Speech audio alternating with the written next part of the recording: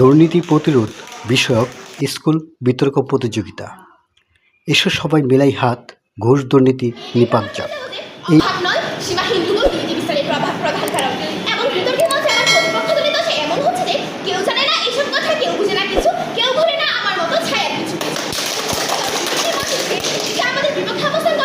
সত্যি লবণ ছাড়া তরকারির মতো প্রতিপক্ষ দুর্নীতির জন্য আপনারা যে দেশপ্রেমকে দায়ী করেছেন সেই দেশপ্রেমের একটি উদাহরণ দিয়ে যাচ্ছি।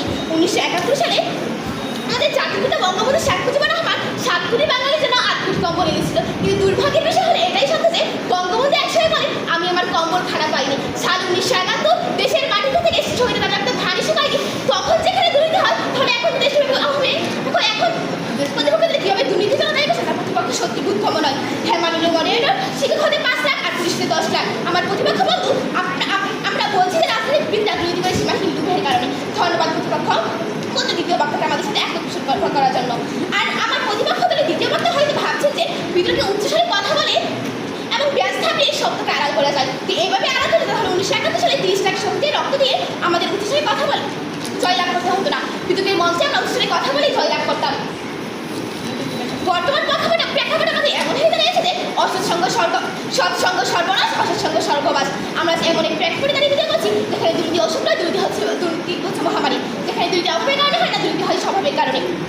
আমার প্রতিপক্ষ দলের দ্বিতীয় বক্তা বলে গেল যে লোক কখনো দুর্নীতি বিচারের একমাত্র কারণ হতে পারে না। হ্যাঁ, প্রতিপক্ষ দল সেটাই বলছে, লোক কখনো দুর্নীতি বিচারের একমাত্র কারণ হতে পারে না। দুর্নীতি বিচারের একমাত্র কারণ হচ্ছে সীমাহীন লোক লক্ষ্য করে মাননীয় মডারেটর, যখন একজন কর্মচারী মাসে 20 টাকা ব্যয় করে এবং সে একই মাসে 1 টাকা ব্যয় করে তখন মাসের মধ্যে সে উৎসাহিত হয় এবং এই নীতি নিষেধ সহজে।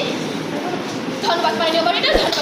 অভাব নয়, সীমাহীন লোভে দুর্নীতি বিস্তারের প্রধান কারণ। কিন্তু আমার প্রতিপক্ষ দলের যুক্তি খণ্ডন করবে দেখে মনে হলো আজকে আমরা তারা বিতর্কের বিষয়টি বুঝতে পারিনি। আজকে তার বিতর্কের বিষয়টিকে সীমাহীন শব্দটিকে বাদ দিয়ে দিয়েছে মাননীয় মডারেটর। সীমাহীন লোভের মাধ্যমে দুর্নীতি বলতে আমরা বোঝাচ্ছি একজন ব্যক্তি লোভ করে দুর্নীতি করবে এবং তাকে শাস্তি দেওয়ার পর সে আবারও লোভ করে দুর্নীতি করবে। তাকে কিন্তু তারা যে ধরনের উদাহরণ দেখিয়ে গেছেন সেখানে যদি আমরা দেখি যারা লোভ করে দুর্নীতি করেছেন তাদের মধ্যে যাদেরকে শাস্তি দেওয়া হয়েছে তারা কিন্তু পরবর্তী তার দুর্নীতি করেননি মাননীয় মডারেটর। এক্ষেত্রে তাদের বিতর্কের বিষয়ের প্রতি রয়েছে চরম দুর্বলতা মাননীয় মডারেটর।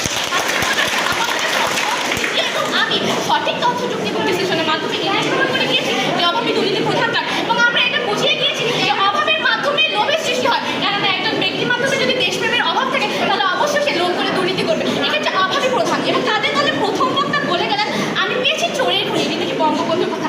হ্যাঁ, বঙ্গবন্ধু বলেছিলেন যে সে চোরের খনি পেয়েছে, কিন্তু এই খনির জন্য তার মনে যে কষ্ট সেটা ছিল একটি দেশপ্রেমের অভাব এবং মানুষের নৈতিকতার অভাবের কারণে। না হলে নিশ্চয় একটি কম্বলের জায়গায় কেউ 10-12টি কম্বল নিয়ে যেত না। হ্যাঁ মাননীয় মডারেটর, তারা বলে গেলেন মুক্তিযোদ্ধাদের কথা, যে মুক্তিযোদ্ধারা কিনা দেশের জন্য নিজেদের জীবনকে ঝুঁকিতে ফেলেছিলেন। তারা কিনা করেছে দুর্নীতি? না মাননীয় মডারেটর, তারা দুর্নীতি করে। তারা দুর্নীতি করেছে তাদের ক্ষুধার দায় এবং তাদের মানসিকতার অভাবের কারণে মাননীয় মডারেটর।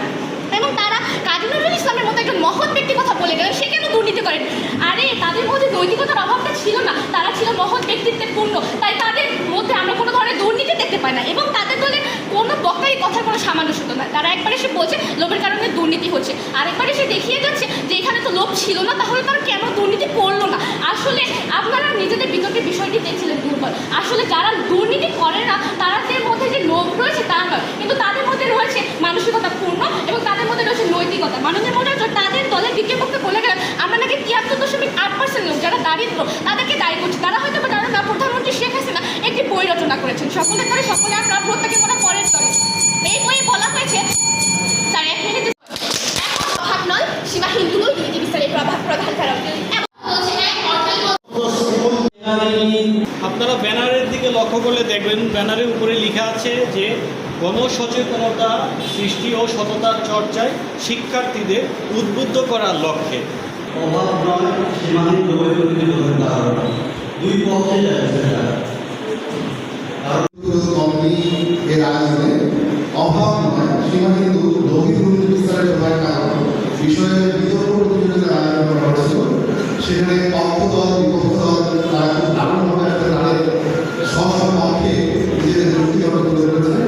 তাদেরকে আমি সবসময় ধন্যবাদ জানাই, যারা খুব সুন্দরভাবে তাদের নিজেদের অবস্থানটাকে সুদৃঢ় করার জন্য যথাযথ যুক্তি উপস্থাপন করেছে।